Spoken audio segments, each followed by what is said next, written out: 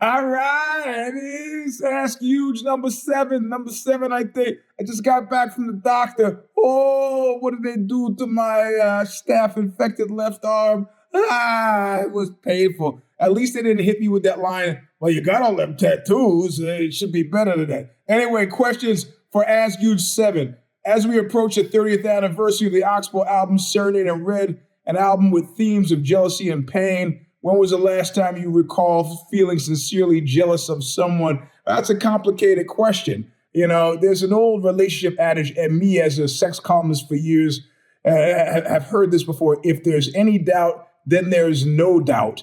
And so what I've tended to do to allay feeling, mostly being that I'm a Virgo, where it hits is bullshit. Like, you know, people lie for lots of reasons, usually to make themselves look better or consequently to avoid punishment. But in regards to imagining what your partner's doing when they're not with you, there's a song Black Flag's got called Black Coffee, you know, and he's obsessing over where she is and what she's doing. And I got a blanket cure for all that.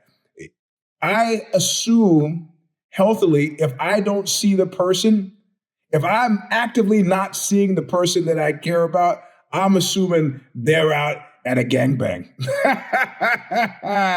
And you know, that just smooths out any feelings of ownership you might have. Also, having outre sexual practices and having been at orgies and threesomes and so on, you start to kind of designify some of that stuff. That I, me, I, mine. It's like, look, life is short. Poor people have but few pleasures, and, you know, eating and screwing are some of them. So, you know, who am I? Who am I going to deny somebody the pleasure of 15 waiting sex partners? I don't know. You know, the biggest concern in, you know, there's that famous quote about, you know, men fear being made ridiculous and women fear being killed. I don't really fear being killed, but, you know, if somebody wants to go, they should go. I had somebody say to me once, you're so in many ways, you're a fighter. Why won't you fight for this? I go, I don't fight for this. If you want to go do something else, you think there's somebody better out there, you should be free to go and find them. I won't stand in your way. That's a great Stray Cat song that you should listen to. Second question. If the presidential maniac were to follow through with releasing evidence of UFO aliens, how would it change life on Earth as we know it? Not one single fucking iota. Because at this point now, what the presidential maniac Trump has given us is an inability to believe in the veracity of anything. It's Eugene. It's Wednesday. Yeah, yeah. No, it really is Wednesday. Yeah. Wednesday, May 6th. Yeah.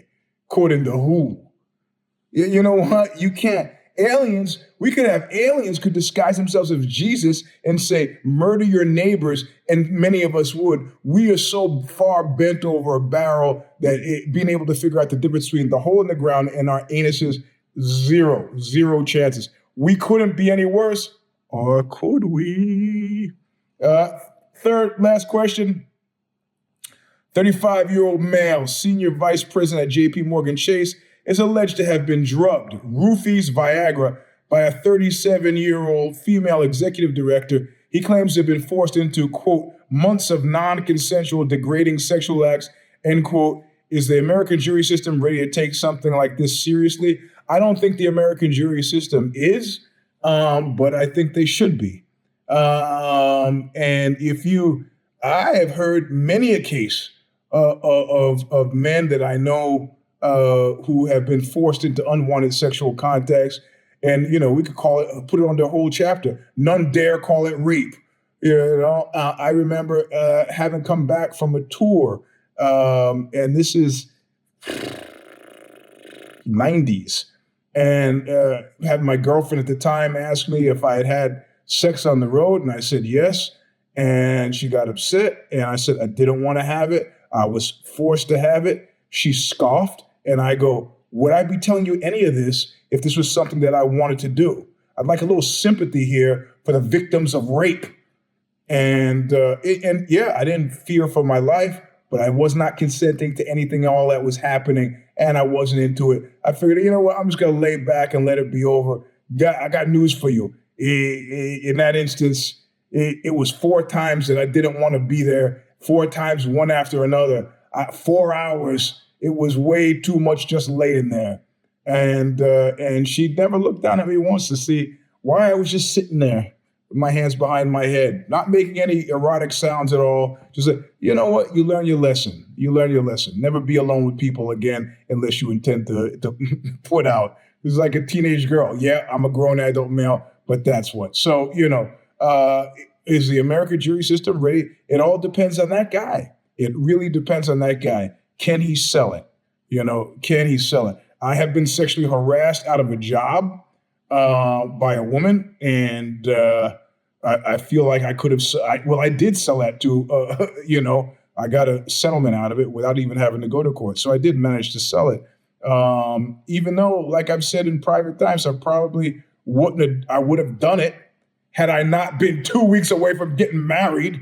It's all about timing, ladies. All about timing, and I think you know that. So, but yeah, this senior vice president, it doesn't sound that that out of control or unusual to me. Power abuses, and it doesn't. Those wielding the power, it can be gender neutral. We have a habit of it being men, but I've been in situations. So, is the American jury system ready to take it seriously? All depends on the guy, whether he can sell it. But you can say that about any jury with any crime anywhere in the world. I know 2 guys went to jail for murdering their spouses. One guy got 7 years. One guy got 25 years to life. What was the difference? Well, you know what the difference was. Let's not get cute. Anyway, read the Substack. It's out. It's called The Crimes Unforgivable.